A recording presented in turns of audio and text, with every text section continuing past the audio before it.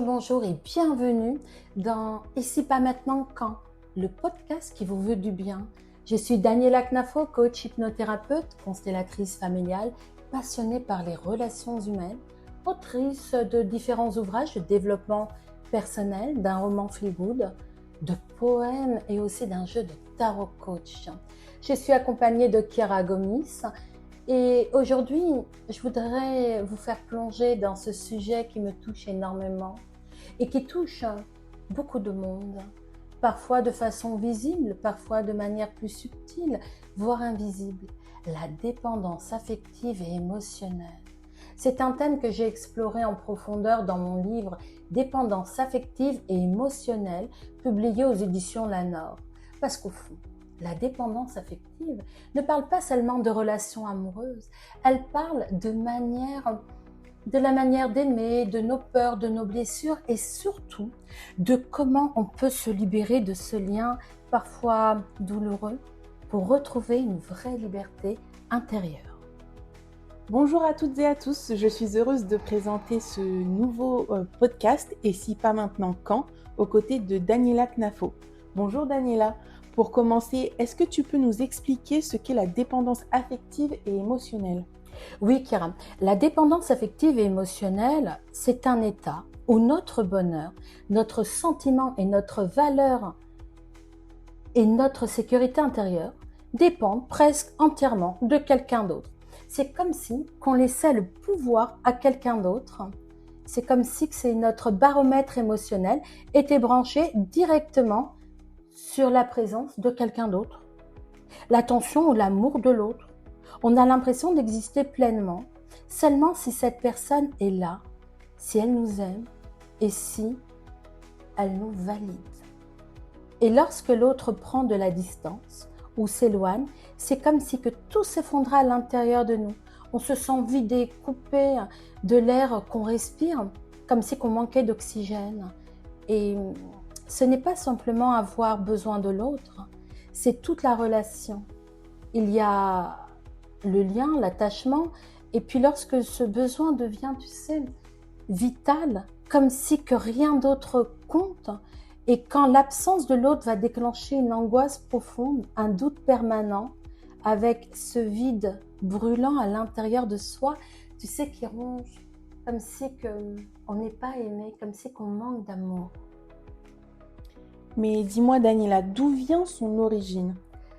Souvent, l'origine est invisible. Elle se cache dans ce que j'appelle les racines souterraines. Ce sont des expériences de l'enfance où l'on n'a pas reçu la sécurité affective dont on avait besoin. Ou bien lorsqu'on a cru qu'il fallait mériter l'amour pour le conserver. On grandit alors avec cette peur sourde de perdre l'affection. Ou on développe aussi des comportements pour éviter cette perte, quitte à s'effacer complètement. Dans ces moments, les besoins de l'autre passent toujours avant les nôtres. On va toujours faire passer l'autre, on va le mettre sur un piédestal. Et parfois, même en devançant ses attentes pour s'assurer que l'autre personne soit près de nous. Et quelles sont les causes de la dépendance affective ? On va trouver différentes causes dans les premières années de la vie, de l'enfance, façonnées par nos expériences relationnelles et émotionnelles. Un enfant, par exemple, qui n'a pas reçu suffisamment d'amour, d'attention ou de sécurité de la part de ses parents ou de ses proches, va pouvoir grandir avec ce sentiment profond de carence affective. Ce manque peut créer un vide intérieur que l'adulte va chercher à combler dans ses relations futures et va développer ou pas un besoin constant de validation auprès de ses partenaires, de ses amis, même au niveau du travail. Et parfois, certains enfants vont grandir dans un environnement où ils sont constamment critiqués et où, des fois, l'affection est conditionnelle à leur performance. Donc, ils vont apprendre alors que l'amour doit se gagner. Et elle n'est pas donnée naturellement, dans cette forme d'amour inconditionnel. Et en grandissant, ils vont avoir la conviction de ne jamais être assez bien. Alors, je ne sais pas si autour de toi, tu as ces personnes-là qui disent comme si ils sont jamais assez suffisants, assez bien tels qu'ils sont. Et cela va alimenter en eux une quête incessante de reconnaissance extérieure. Est-ce que tu pourrais nous donner un exemple de dépendance affective? Oui, tout à fait. On peut prendre le cas d'un enfant dont les parents n'approuvaient jamais ses réussites, sans poser de conditions ou émettre des critiques. Il peut devenir un adulte qui va, comment dire, douter constamment de sa valeur et chercher désespérément à plaire pour être aimé, au point d'aller jusqu'à l'épuisement. Ou bien celui d'un adolescent à qui l'on a confié la responsabilité d'adulte trop tôt. Des fois, les parents se séparent, des fois, il y a une grande misère, des fois, il y a de l'handicap, des fois, il y a des choses pas évidentes. Et souvent, parce que les parents, ils étaient défaillants ou absents selon les personnes, et cet enfant, il a dû prendre soin de ses frères, de ses sœurs et même d'un parent éventuellement malade. Adolescent, il n'a pas pu vivre pleinement son enfance. Et quand il va devenir adulte, il va devenir un adulte qui se sacrifie constamment pour les autres, croyant que c'est ainsi qu'il pourra mériter l'amour des autres. Alors ce rôle qui est imposé souvent trop tôt va le pousser complètement à oublier ses propres besoins, comme si qu'il était invisible, comme si qu'il n'existait pas. Et il va se concentrer uniquement sur ceux des autres. Et c'est ça qui va créer un terrain aussi fertile pour le développement de la dépendance affective. Et à l'âge adulte? À l'âge adulte, les traumatismes et les relations toxiques vécues pendant l'enfance ou l'adolescence, comme des abus, des négligences ou même la perte d'une personne qui nous est chère, peuvent laisser, des cicatrices profondes. Ces expériences, si elles ne sont pas traitées, vont renforcer la peur de l'abandon, celle du rejet. Ce sont les deux moteurs hyper puissants de la dépendance affective. De plus, il y a des relations toxiques qui sont vécues plus tard, dans lesquelles la personne est manipulée ou maltraitée. Et ça va des fois exacerber ce besoin de validation. Par exemple, une personne ayant vécu une relation abusive, elle peut développer une peur intense de la solitude, au point d'accepter des comportements lors d'un couple pour éviter l'abandon. Ça peut aller jusqu'à recevoir des coups, des insultes ou des choses différentes, juste parce qu'il vaut mieux être avec quelqu'un que seul. Parce qu'être seul, quand on est dépendant affectif à très haut degré, ça peut faire tellement mal qu'on a l'impression que quoi qu'il arrive, on est mort à l'intérieur. Et comment savoir si on est dans ce schéma de dépendance affective? Alors, il y a plusieurs signes. Le premier, c'est la peur constante du rejet et de l'abandon. C'est ce que j'avais expliqué un petit peu plus tôt, tu vois. Et dans cette relation qui semble stable, cette peur, elle est si puissante que certaines personnes acceptent de rester dans des relations où on peut être maltraité, comme je t'avais dit, trompé, et pour éviter cette solitude. Alors, le deuxième signe, ça serait la suradaptation. On va mettre de côté tous ses désirs, ses besoins, ses valeurs, juste pour garder l'autre près de soi. On va le mettre sur un piédestal. L'autre compte plus que soi. Et on va aller comme imaginons, comment je pourrais dire ça? Une personne qui est fan de quelqu'un, sa vie va s'arrêter pour honorer cette personne. Il va tout faire par rapport à, même si elle ne le regarde pas. Il va tout faire. Et c'est ça qui est vraiment fou dans cette façon de se comporter. Le troisième, c'est cette oscillation émotionnelle permanente. Se sentir porté lorsque l'autre est présent et tendre. Et s'effondrer quand il prend de la distance. C'est un petit peu le rôle du sauveur. C'est « Hé, je suis toute seule, sauve-moi ». Et donc, quand quelqu'un est près de soi et qui nous donne cette attention-là, on se sent vivant. Mais pas pour longtemps, parce qu'on a besoin que ça soit tout le temps.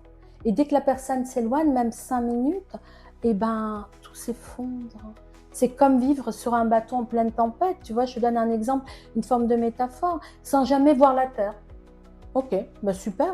Donc, imagine dans le bateau, tu vois, ça tangue, ça va et ça vient.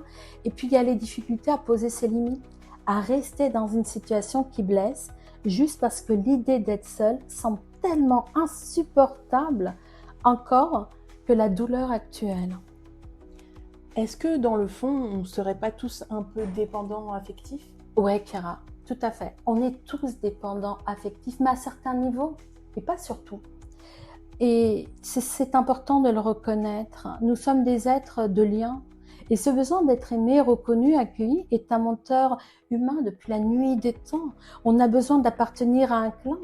Un bébé ne pourrait jamais survivre sans toucher, sans regard, sans le contact, et même sans la voix. Même adultes, nous avons besoin et nous cherchons ces signes d'affection et de présence. Imagine juste dans une entreprise, tu travailles, et il y a des collaborateurs autour de toi, il y a une dizaine, et personne te dit bonjour, personne te regarde de la journée. N'importe qui se sentirait dépendant. Et ce serait normal. Et la différence, c'est juste le degré. Chez certains, c'est un flux naturel. Chez d'autres, cela devient omniprésent au point de dicter chaque geste, chaque pensée. Et là, la dépendance affective devient un symptôme, lorsque notre équilibre intérieur dépend totalement de l'autre. C'est pas vraiment une faiblesse, parce qu'il y en a qui disent « ouais, mais c'est parce que la personne, elle est faible ». Non, c'est beaucoup plus vicieux à l'intérieur. C'est un message qui va dire dans cette dépendance « oh, tu t'es oublié, il est temps de revenir à toi ». Quel est le lien entre les blessures émotionnelles et la dépendance affective? Très souvent, comment dire, elles en sont la racine. La dépendance affective, on va dire que c'est la conséquence de blessures bien plus profondes. On va prendre la blessure de l'abandon.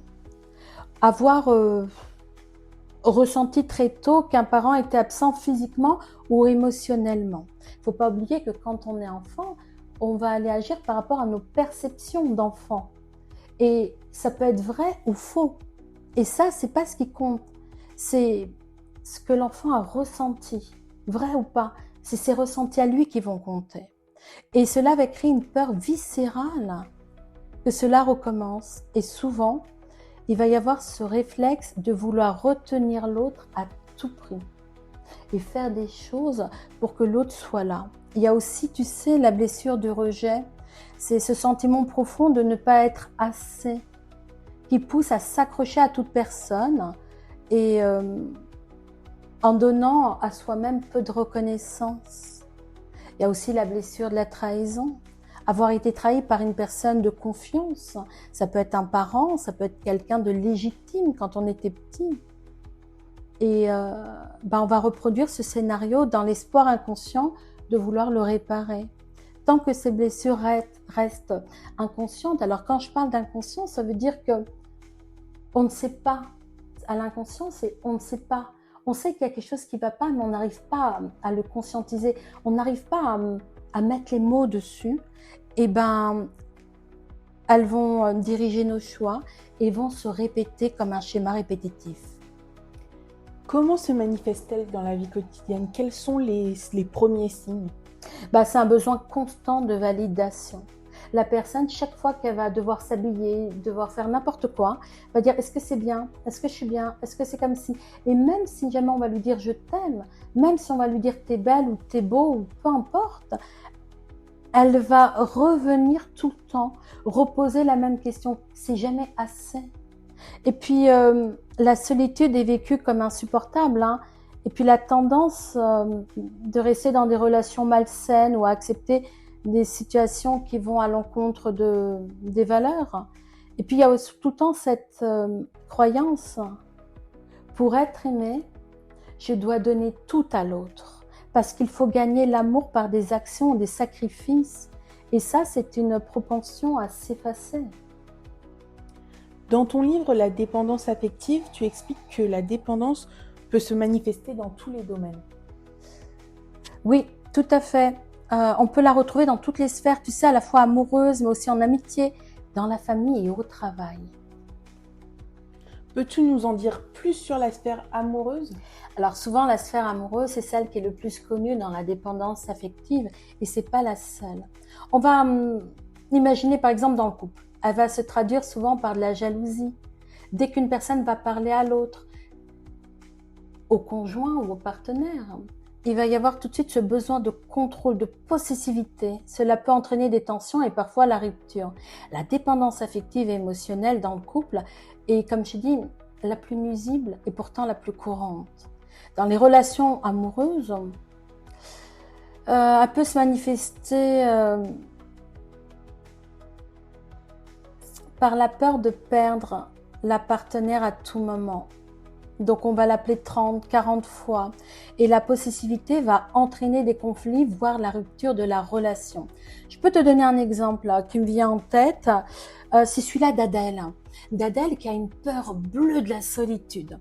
Dès que son partenaire Michael s'éloigne, elle s'angoisse. Mais quand je te dis Chiara, elle s'angoisse, c'est vraiment, elle tient pas debout. Elle ne peut plus bouger. Elle garde son téléphone à portée de main pour voir si jamais Michael va chercher à la joindre. Et elle va l'appeler inlassablement jusqu'à la voir en ligne. Mais quand je dis inlassablement, c'est pas une fois, deux fois. Elle peut l'appeler 20 fois de suite jusqu'à ce qu'il réponde. Au début de leur relation, Michael, lui, il était touché par ses attentions. Il se dit, ouais, j'ai une femme qui m'aime. Elle me demande tout le temps, elle prend soin de moi. Donc ça paraît touchant. Mais aujourd'hui, il se sent étouffé, surtout surveillé. Et pour éviter les tensions, il dit, voilà, écoute, moi, je suis en train de travailler, et je réponds plus à tes messages. Du coup, chaque fois qu'il va rentrer le soir, ça va être le même rituel. Il va y avoir des crises, des disputes qui vont faire qu'éloigner davantage le couple. Parce que elle se dit que pendant qu'il travaille, peut-être qu'il fait autre chose.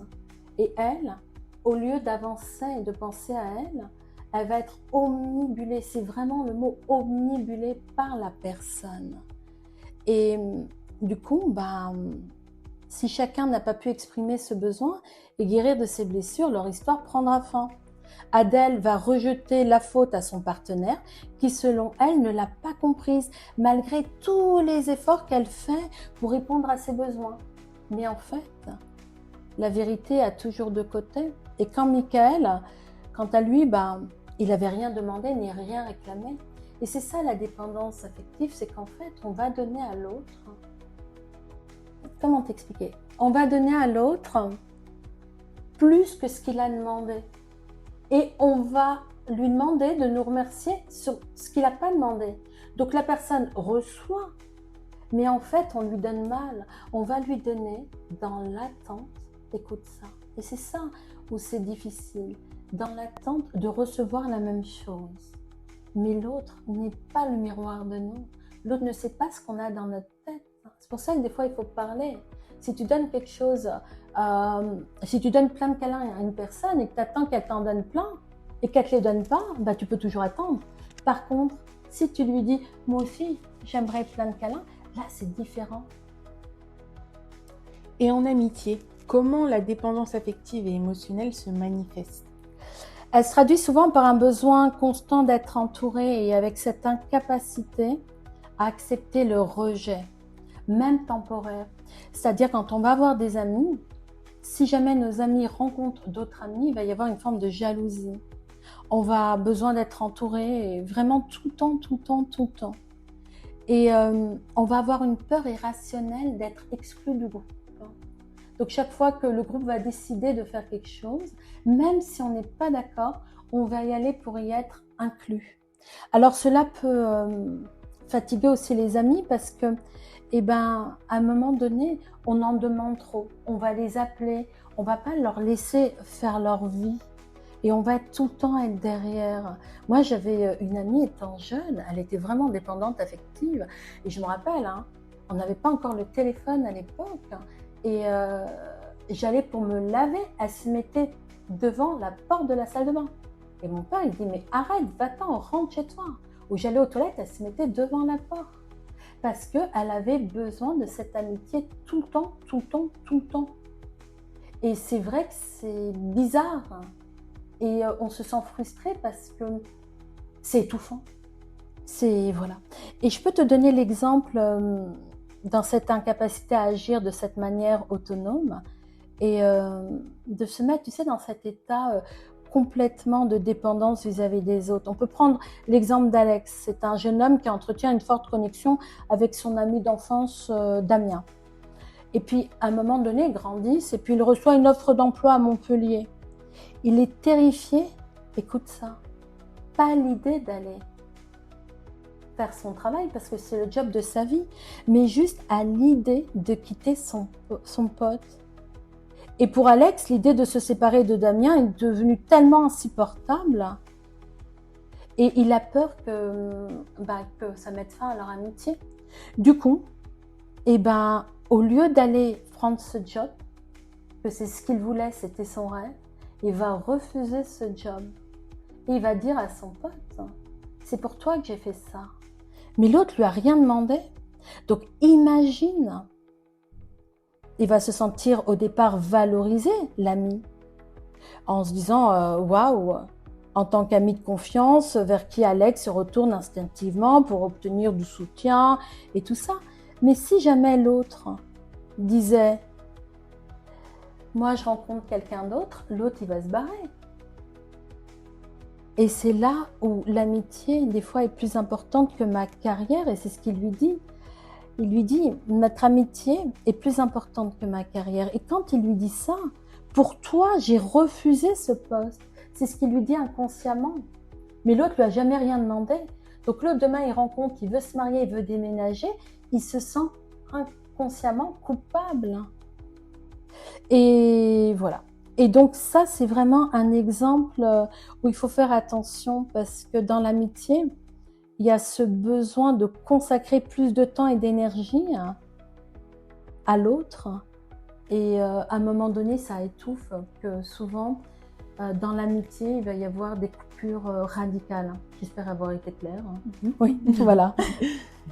J'aimerais qu'on continue un petit peu plus, mais dans le cadre familial cette fois. D'accord.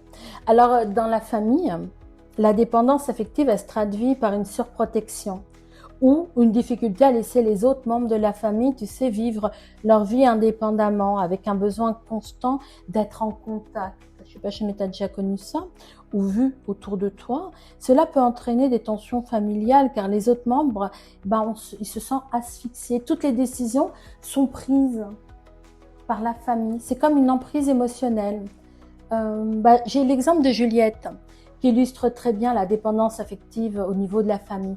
Depuis son enfance, elle se retourne systématiquement vers sa mère pour prendre toutes les décisions importantes, tant dans sa vie professionnelle que personnelle. Alors, c'est très beau parce que dans cette relation fusionnelle, au départ, ça paraît magnifique parce qu'on se dit mère et fils, c'est génial. Seulement, dans cette relation, ça va empêcher à Juliette de se développer dans son autonomie et ça va la nuire dans son épanouissement personnel. Pour la simple et unique raison, c'est parce qu'elle va mettre tous les besoins et les désirs des autres avant les siens, croyant que c'est le seul moyen de mériter l'amour de sa mère. Du coup, elle va faire comme sa mère, elle veut. Et ça va la conduire, tu sais, vers une négligence de soi, sur le plan physique et émotionnel. Et à chaque fois, elle va s'appuyer constamment sur ce que sa mère va prendre comme décision à sa place. Elle va sacrifier ses propres aspirations pour suivre les conseils de celle-ci, même si cela va à l'encontre de ses désirs profonds, de ses choix amoureux ou professionnels.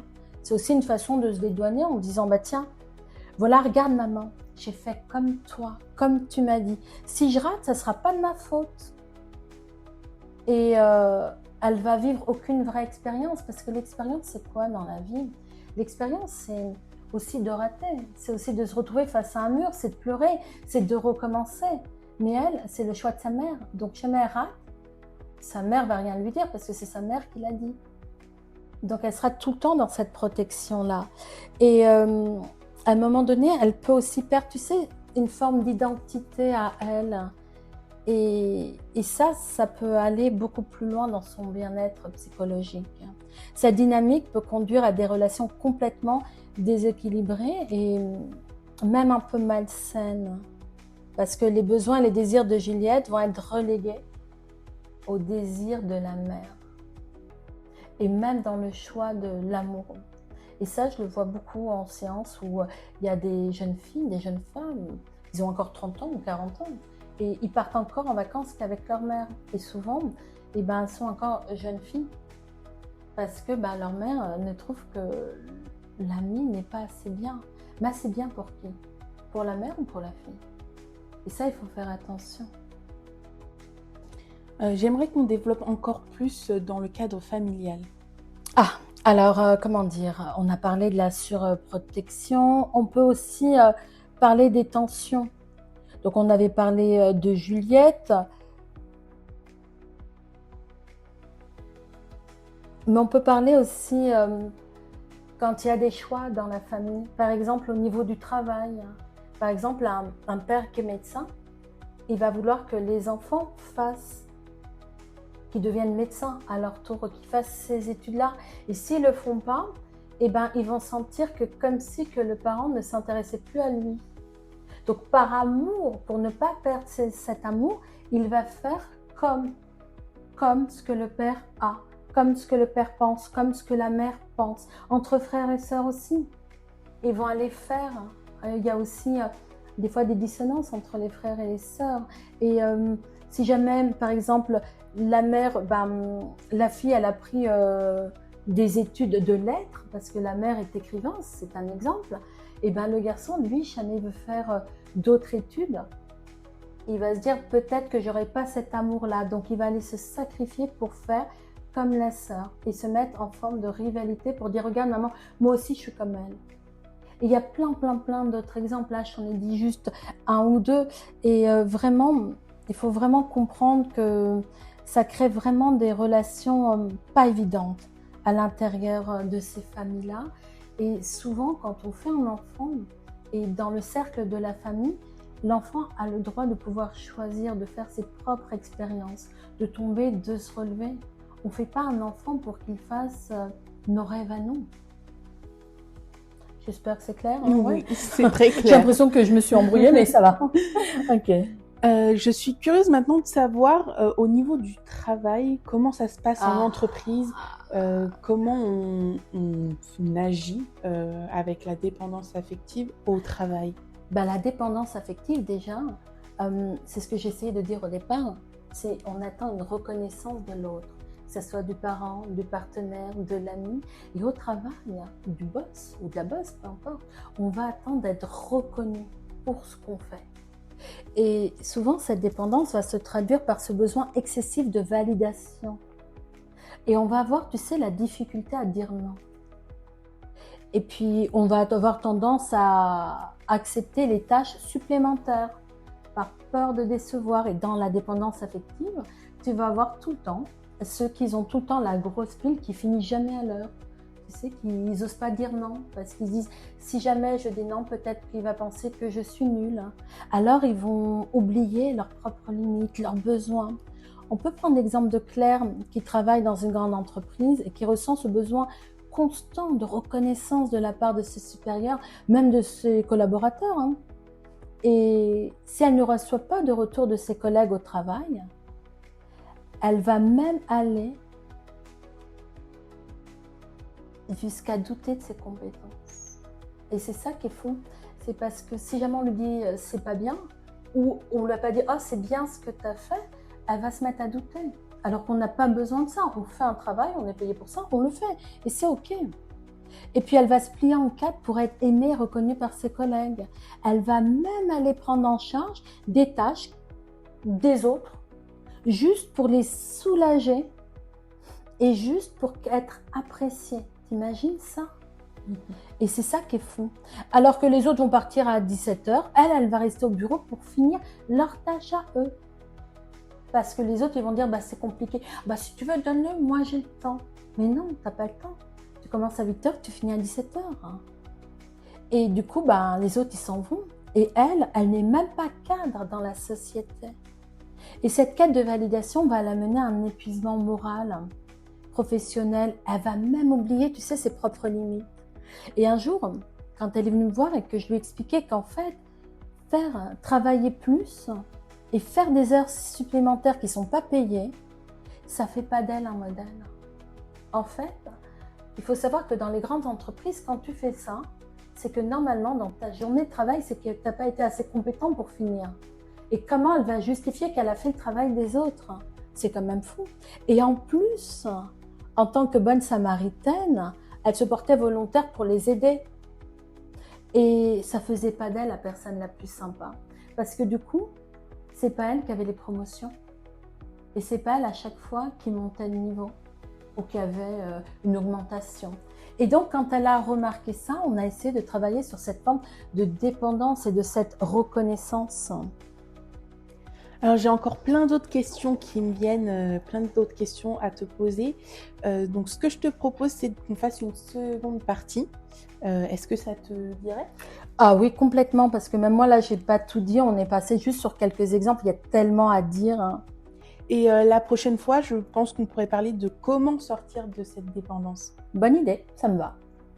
Eh bien, merci Daniela. Et si vous souhaitez en savoir plus sur les accompagnements, les séances de Daniela Knafo pour participer à ces ateliers ou simplement prendre rendez-vous, connectez-vous sur le site www.danielaknafo.fr et sur Zenamou pour toutes les informations sur les ateliers. Les liens seront mis dans la description.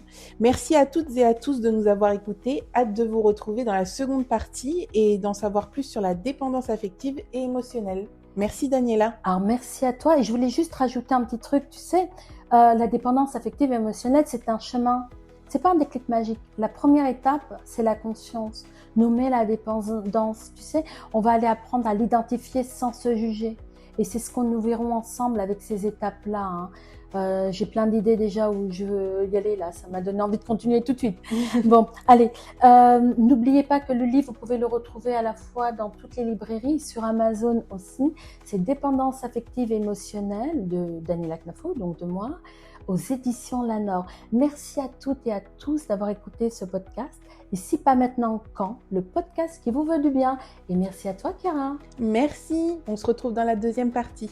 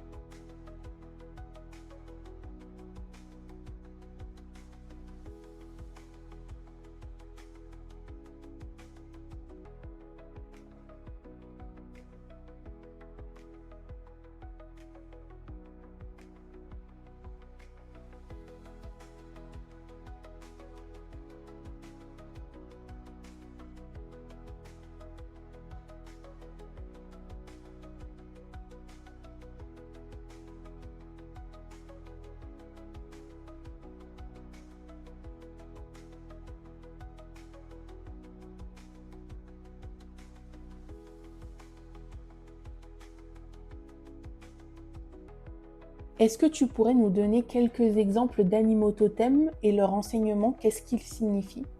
Oui, alors ce que je vais donner, ça va être vraiment le minime, hein, parce qu'il y a tellement plein d'interprétations et c'est chacun par rapport à ses ressentis. Il y a l'interprétation universelle et encore, je crois que chaque pays a sa propre interprétation. Alors, on va prendre l'aigle, hein, donc c'est mon animal. La vision claire, la sagesse, l'élévation, l'enseignement, l'aigle nous apprend à prendre, comme je l'avais dit, de la hauteur, à voir au-delà des apparences et à atteindre une perspective beaucoup plus élevée. Mais il nous rappelle aussi de rester connectés aux autres et de rester sur Terre, dans notre propre réalité. Le scorpion, lui, ses qualités sont la résilience, la transformation, le courage. Il va nous enseigner, il va nous pousser à affronter nos peurs, à renaître plus fort après chaque épreuve. Il nous invite à utiliser les défis comme des opportunités de métamorphose. Son venin est aussi un antidote qui nous enseigne que la guérison peut parfois naître de la douleur, par exemple. Le hibou, c'est la clairvoyance, son intuition, sa connexion au monde onirique. Il va nous enseigner, nous guider dans l'obscurité pour découvrir les vérités cachées, écouter notre voix intérieure. Cependant, il nous met en garde contre une introspection excessive qui pourrait nous éloigner de notre action. Le cerf, la grâce, la douceur, la sagesse va nous enseigner comment avancer avec élégance, comment cultiver la sérénité dans nos relations personnelles, tout en nous connectant à la nature, aux autres. Ça, c'est un minimum d'exemples, mais il y a tellement d'animaux. Et c'est quoi les instruments chamaniques?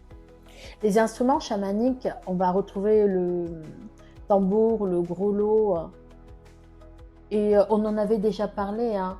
On va retrouver, il y a des plantes, il y a des pierres, et ça va nous aider.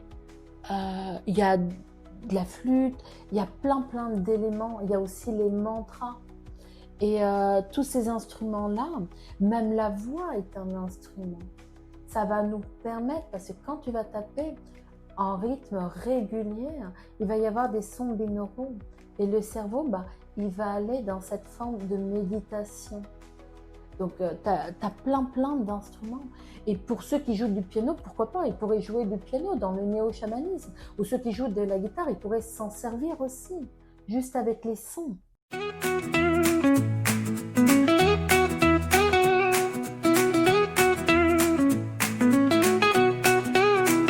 Et si pas maintenant, quand